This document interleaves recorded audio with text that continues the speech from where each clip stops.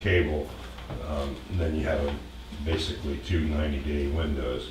So before you can get anything done, it's going to be 6 months. So.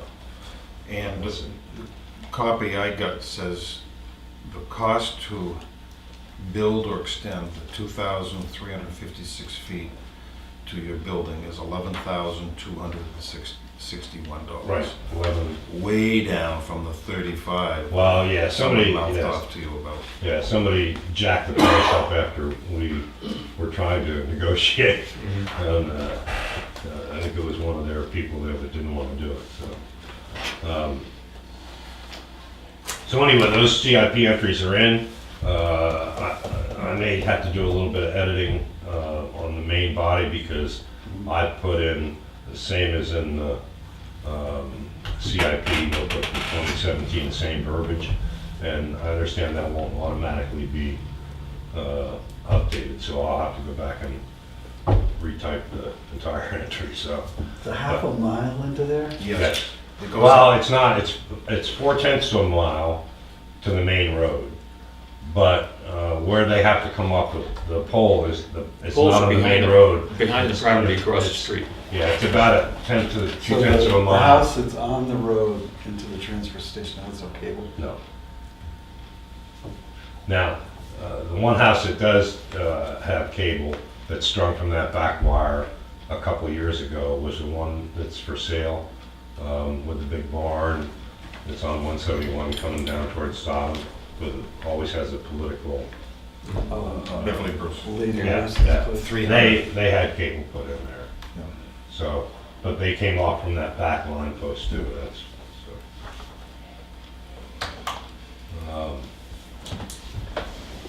And I also have the beginnings and most of the budget done for the transfer stations. This specifically is the labor line, and the only holdup I'll have on that, as far as getting it in by the 28th, is COLA. is a COLA. So as soon as I get that, I can get that done. And that's it. That's it. Any questions? How are things at the swap shop? A while back, we had some issues with, as I remember, in a couple of areas, there seems to be quite a bit of dumping going on at the swap shop. Stuff that really isn't swap shop, but rather than pay to get rid of it, they just dump it over there, and then we end up absorbing the cost of disposal. Right. Is that any better? Up and down. Right now, we're in the down mode because a lot of people that are semi-professional yard sales every weekend. The stuff that hasn't sold or done over the whole summer, gets brought in large truckloads, at one time. And the reality is that when it's busy, we can't have somebody over at the swap shop. I mean, we just can't man that and still do all the other things that we have to do, especially when it's busy. So a lot of times, while we were standing there yesterday, and you drove out, in that 5 minutes that you drove in there, 2 computer monitors were put in the swap shop. Which is Which we is $20 pay. of revenue that we've lost, that we have to pay for And to get rid of. $20 of cost to get rid of them, right? Exactly. So, and that adds up, and it adds up, after a weekend, after this weekend, we probably had 8 or 9 front-end bucket loads of stuff that we took out of the swap shop and dumped into construction. And so we don't collect any revenue on that.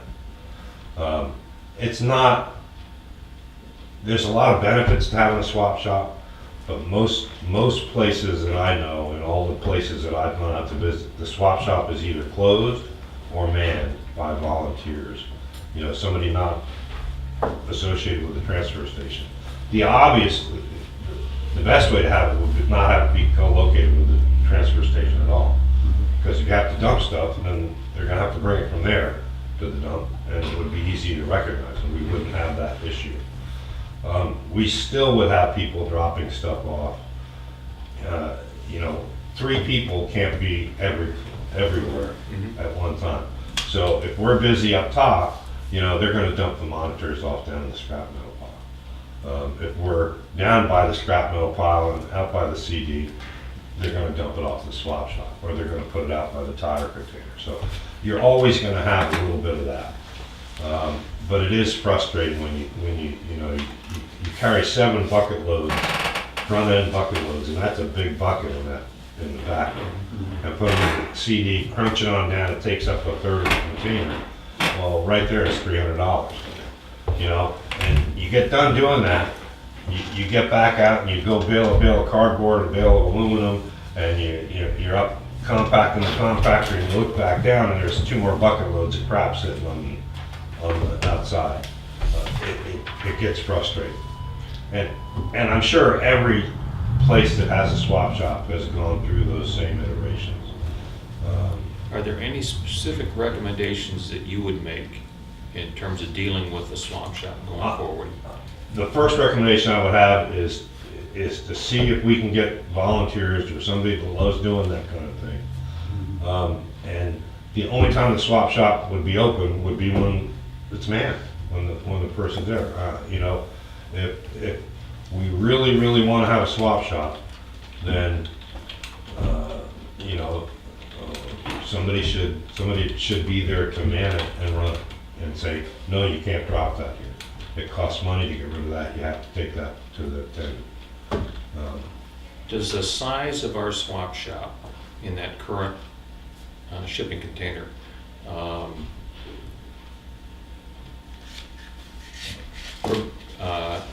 limit its effectiveness? In Yes. other words, It was worse. there It was is worse goods- directly across the street. It was Right. worse because, but even moved to that new location, now it's lower, it's safer to be in there. But it's still shielded by people's cars. Mhm. So when you get 2 or 3 cars parked over there, you can't see from the compactor or from the building what's I going guess on. what I'm thinking is, it's a small It's a very small area. unit, which means if there is some stuff that may have some reuse value, it still can only stay there for a fairly short period of time, because you got more stuff coming in all the time, and It's you have to overload. just keep And we moving it. we siphon through, you know, and try to keep the good stuff, or what we think is the good stuff, you know, and what needs to be checked out. So would a larger space help? Large, the issue? that's why in the CIP write-up, in the storage facility, one corner of that storage facility was, you know, designed to be a swap shop inside, you know, man. And the other corner of the facility was gonna be a contractor swap shop, which we could very easily use. There's a lot of stuff that's thrown away in those CE containers that people would pay good money for, let alone be able to reutilize. There's also several organizations that will come and get it, use it toward Habitat for Humanity. Right, yeah. So I know you've investigated them. Just having a container like that, small and narrow, is very difficult, what you're saying. It gets very crowded very quickly.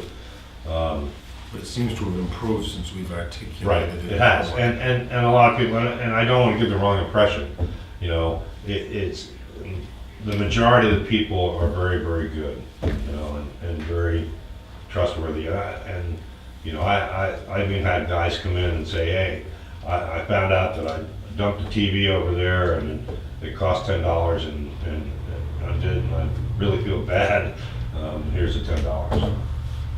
But for every one of them, there's Well, 4 or 5 others. yeah, right.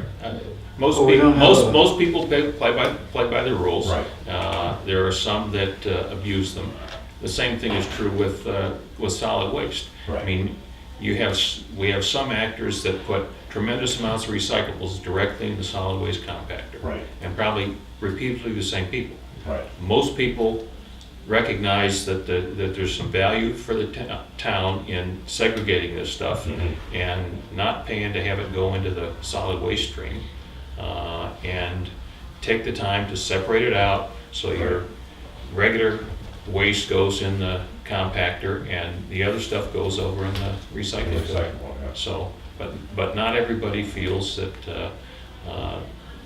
that they want to Do that. participate in that, Right. right? Even if their spouse does. Anything else for? I guess we don't, it's going back and forth and we don't know what the cost is. So, I mean, Right. is it a problem? I mean, you said you took 3 buckets out or 4, I don't know how many it was. Well, It's- the cost basically yields to the difference between what we've collected per CD. Yeah, It's part of that total. right, I can't tell you exactly how much because we haven't tracked right. I mean, I'm thinking if it needs personnel, right. it's gonna have to be more than $300 or $400 a month that we are losing in air quotes. Oh, yeah, easily. And, You know, a couple of computer monitors, I mean, it's unfortunate that people do that sort of thing, but they do that sort of thing. Right. I'd rather have them leave it at the swap shop rather than leave it on the road next to the Hampton Cemetery. Right. But, well, we so I get guess that too. Yeah. if we had if I had some more information on what you feel it was costing, I'd be more comfortable in making Okay. a change. Yeah. Well, Well- there was a time when we had volunteers. Correct. Man the swap shop. Right. And having volunteers to do that helps that whole activity work better. Right. So I don't know. That doesn't cost anything. Right. That would be my first recommendation. Yeah, maybe is it's to- only open on is weekends. to have, hikers or one of the groups that would enjoy doing that is to please come forward and volunteer to do that. A lot of towns have done away with it. There are quite a few that have done away with it, just because it is symptomatic of problems.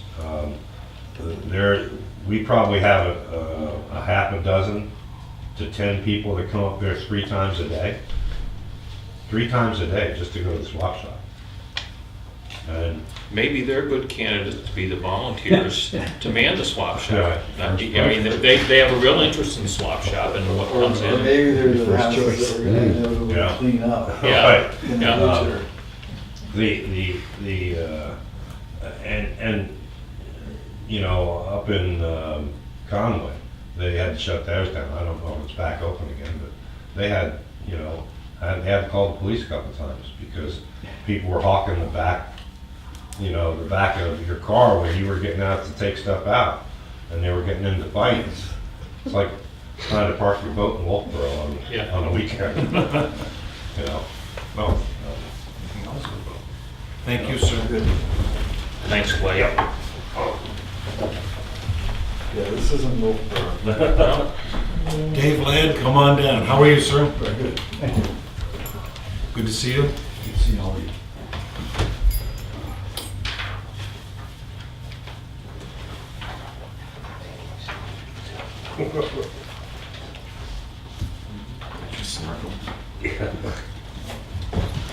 Happy Post Labor Day. Yes. Only got one copy of this, I think some other, but I'll give it to the chairman. I do have my own copies here, so I can give you guys those. Just look at it. One, 20, one, I let him look at the entire package. This is in reference to our meeting back at the beginning of the season, River Reach, on the cost of replacing the 12 slips. We discussed that, and at that time I did not have a cost factor to work with. It would be that portion of the towns. And it's kind of straightforward. I put it out, and Winnipesaukee did the permit work on it, and they also bid on it, but they worked more than Jimmy, and I chose Jimmy over Winnie because of going over things. Number one, local Number two is I work at Winnie all the time, they do all my major work at my marina, but they were sizable amount of money more. And I felt Jimmy could handle it. He and I met and went over what my requirements are to do the project, and he assured me that it would be handled properly. The town's only concerned with that, which would be right next to slip number one. We'll call it 0 and 1. The 0 is the one next to the ramp, which is going to be replaced, I guess, and that's one of the things that Jimmy and I had to discuss, because we didn't want a conflict of two contractors being in there, one with a barge and doing stuff when perhaps when Melbourne Village, which would be, I say Melbourne Village, Matt Young, I believe, got the contract on that. And he would have to coordinate, so that, because they usually have to put out sometimes silk fences in order to operate where they are. And we just don't want to have the conflict going on there. And of course, a lot of people will be looking to pull out their boats, but hopefully Jimmy's looking, starting right near the 1st of October. And a lot of people, some people, a lot of majority of people are already out of the water. But, because we have island people on that dock facility. So we have to accommodate them to, well, that they get everything, their boats out of the area in order for Jimmy to remove all the slips before he does the replacement. So that's the figure. I don't know where you gentlemen are going to get the money. I know you spoke at different areas, and if it wasn't there to budget it or whatever, but I don't know if there's any discussion on that part. We've talked about it. Yeah, I think what we talked about when you were in the spring is if we have money this year left in December, then we can pay it out of this year's budget. If not, we'll certainly put money in and you can be reimbursed for it in next year. Which is fine. I know that Tony understands that, Tony's the president. Basically, we're using all of our reserves to pay down what each individual will have to pay. I think we're kicking about 6,000 of our reserves in to cover towards that. There's a savings of over $300 some odd dollars over monies per slip, so that's a savings to the town and to each individual on that. So it's just a matter of, I just want to get those numbers to you, because I know you work on your budget, so you've got to have that information available. We've actually pared it down a little bit, because back in June, the estimate was just the town share, $1,774.17. So thank you for having your sharp pencil. When you came down on that price too, it was a good meeting of minds, I'll put it that way. Oh, good. So that's that project. If there's any questions on that one before I shift to the next. Well, actually, you're in the middle. The landowner to the left of you, two landowners down, Jim just finished dredging and redoing their dock. Right. And then we have the boat ramp, so isn't it nice that It's nice to private get all that and done public once. got together? Yes, it was good too. It's good for everybody in that area to get these projects out of the way instead of having it all at once. The other item I'm bringing up is the perpetual one, goes back a number of years and keeps going on. What we have started. These are the Yeah, I've seen these. Lanes End Road, where in the last picture in there, you want to look at very seriously. 3 times this year I've had to bail out, dig out the trench. I'm pulling about 5 to 6 yards every time out of it before it clogs up my culvert. And if it clogs up my culvert, that particular storm right there, it not only filled it, but it went through the culvert. And Mr. Flint just finished spending a lot of money. And you know how long it takes to get a dredge permit for the state of New Hampshire on Winnipesaukee. He had a barge that was there a whole day and a number of other days, digging out in front of his boathouse, digging out his boathouse, number one, and number two, getting rid of it over to the pier and then hauling it off. This river, when it starts up on Harvest Lane, on the lot that I'm not too happy about. I was planning board chairman. The lot happened to be a lot that was originally dedicated to recreational. After I went off the board and the new board came on, the person that owned that lot, no Mosier, was able to convince the planning board it's not doing anything, it's not gaining taxes. So she convinced them to make it into a building lot. And that area, you can see that last one, that's where all the sand's coming from, and Jim and I finally located that.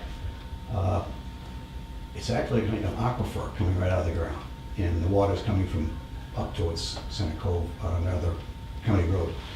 And it's just pouring sand, and then it carries down through that lot. That lot was all filled with sand, number one, because it was wetlands, but a house is on it today. It's owned by Kenneth Hatfield, has been owned by other people before he bought it, so he wasn't involved in building the lot. But also, that's the problem where you had Harvest Lane's road was twice now. Once it was completely eroded at the end a couple of years back, and had to be re-asphalted at the end. This time it took out the culvert at the beginning. I'm sure you're abreast of that on Harvest. You can keep these if you like. I've got them on the computer and on my phone. It's a perpetual problem that I feel all the sand, if it clogs mine up, and it takes a good 8 yards to clog mine up. And I've got we just finished a couple years back, a new culvert in a 24-inch culvert. And when it fills up that settling basin on that side, then it goes through on another secondary settling basin that the state made us put in, like a skimmer. After it fills that one, it goes down around the corner, across Hodges Lot into Flint. And guess where that trench goes? It goes right through Flint's boathouse. So it fills up his boathouse, which is creating a constant problem. Back, a couple of years back, I complained to the town and to the state. The state came along, as I mentioned in one of the other meetings, and put riprap all the way from my cemetery all the way down to Harvest Lane, and that eliminated any of the gravel and stuff that was normally compounding the problem that was coming from Harvest Lane. But we still have that problem, and it's just massive. I have some interesting developments for you. I've got pictures that have been going on forever. I shoot it every time.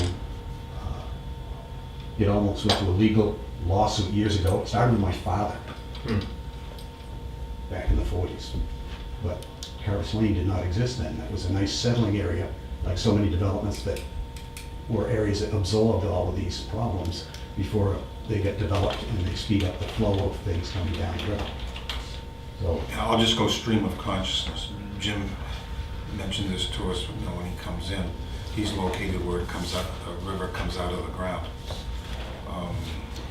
Of course, that's what it is. He was one of your neighbors. He grew up on Flint Street, so he has a working knowledge of it. Yeah. A couple of things that are going on. First of all, there's a watershed plan. As the Lakes Region planning comes around the lake, we put money aside this year in a warrant article, and there's a watershed plan that basically includes 7/8 of Tuftonboro, and Lakes Region planning has that on their radar. It's kind of unique is there's a town road, there's private property, there's a state road. Fortunately, through good luck, whether you designed it that way or not, your operation, when the water comes down and turns 90 degrees, it catches a whole lot of sand. So in effect, you're doing Tuftonboro, we're at least keeping some sand out of there. There have been, in other parts of the town, rain gardens and lakes. There's one on Lang Pond Road. There's several that Mirror Lake Association got grants for and put in. So what I've been able to do is to take people and show them, look what's been done. So there's some science involved here. I've talked to the state, and they're more than willing to do their share. I think they got right on it when we had a problem 2 years ago. Currently, we also have Lakes Region Planning doing a culvert study, and that same program does other things, but we kept it simple, number one. So, Jim has been keeping us appraised that this is a project that it involves a lot of moving parts. But the other thing is that through my meetings with the TAC Lakes Region Planning, stormwater in the last 10 to 20 years has I don't want to say taken over their concerns, but it has grown. Partly as we have areas like Harvest Lane and your property, that when you were a young fellow and I was a young fellow, we hunted there. And there weren't people living there, so. So is that last picture on the lakeside of the culvert? That last picture actually is on Ken Hatfield's Harvest Lane, where the road got, where it comes across his lot, takes a quick turn, and then goes underneath Harvest Lane. That's where that's actually where the culvert got yanked out and the highway broken on Harvest Lane. The back part of Keno's lot, basically, is where it's come. As So it that's uphill from the Oh, yeah. culvert that you're talking about. Yes, it's like everything, it goes downhill.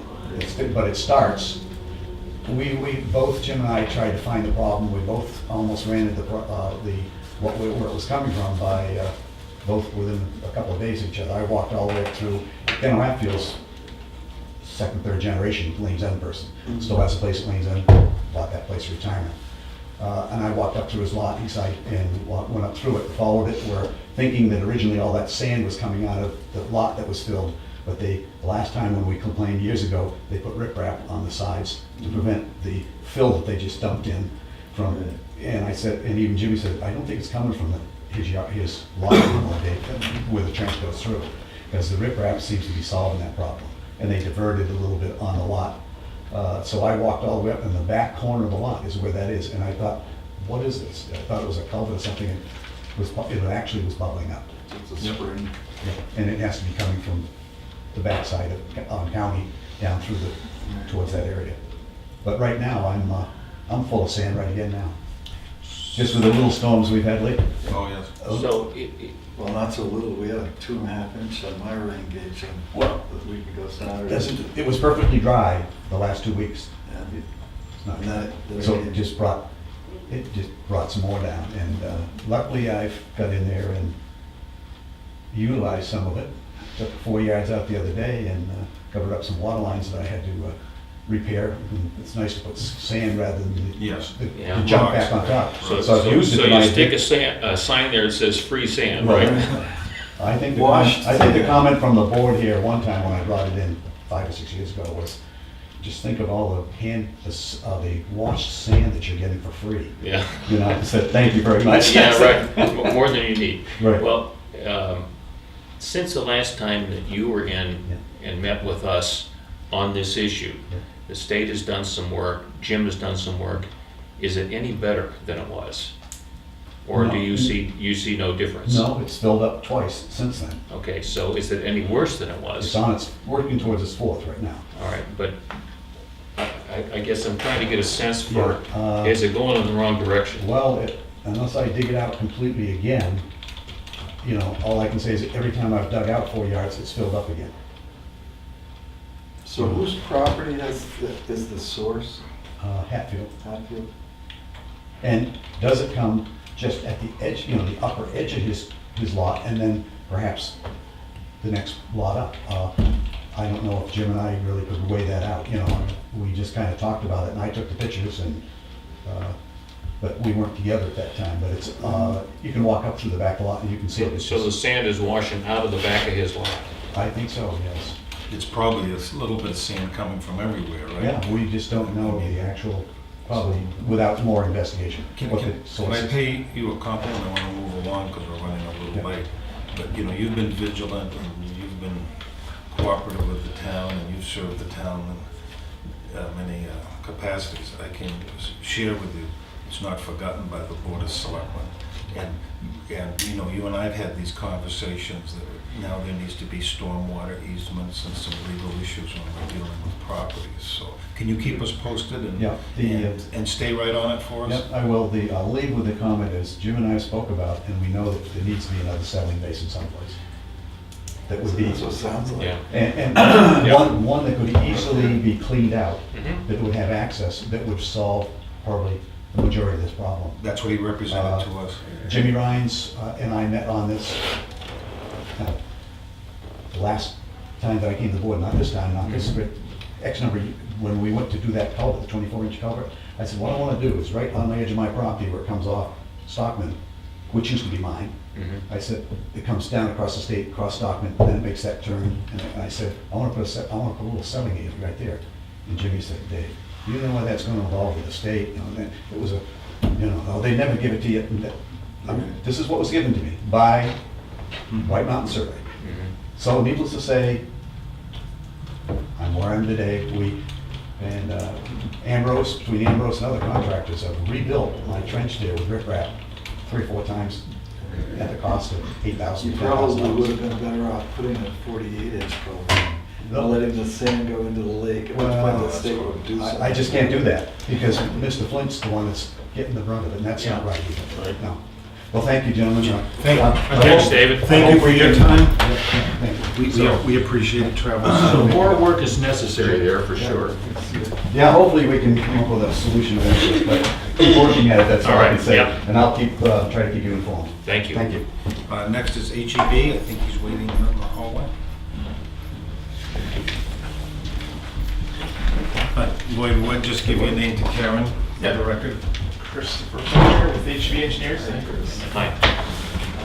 Welcome to downtown Tufton Road. Just prepared a short agenda, so thanks. Karen, I Thank you.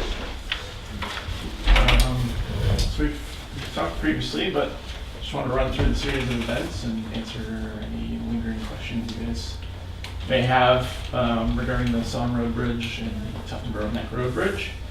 On July 5th, we assisted the town in submitting applications for construction to get into the state aid bridge program. As far as I know, those applications are still pending with the state. They do have some backlog in getting those in. But the result is likely that those bridges will be programmed for fiscal year 2025 and 26.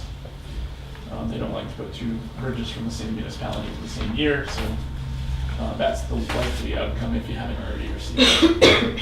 Now, are you aware of this memo that we received in the last week? Guys, get down to the bottom. Okay. Yes. Okay. Yep. As I understand it, I'm only a layman here, this one really needs to be pushed up, doesn't it? Yeah, if Between you and me. it is, yeah. 15-ton load rating can be a problem. Because it'll limit the traffic that you can It's pass. the busiest road in town. Right. So that's going to be a problem. It does not accelerate you. The fact that it's now recommended to be load posted does not accelerate you in that program, unfortunately. No, but what happens is the state speaks out of both sides of its mouth. Talks about how it's a little more serious. And oh, by the way, SB 38 has a second part to it. They're funding more bridges. But we can't do 2 bridges at once, and it's not our policy, and we can't do it before 2025. And I don't want to go public and annoy them or whatnot, but the average citizen goes, why the run around it? Thank you for listening. Sure. Sorry. Yeah, we're here to just guide you through those processes. So on July 31st,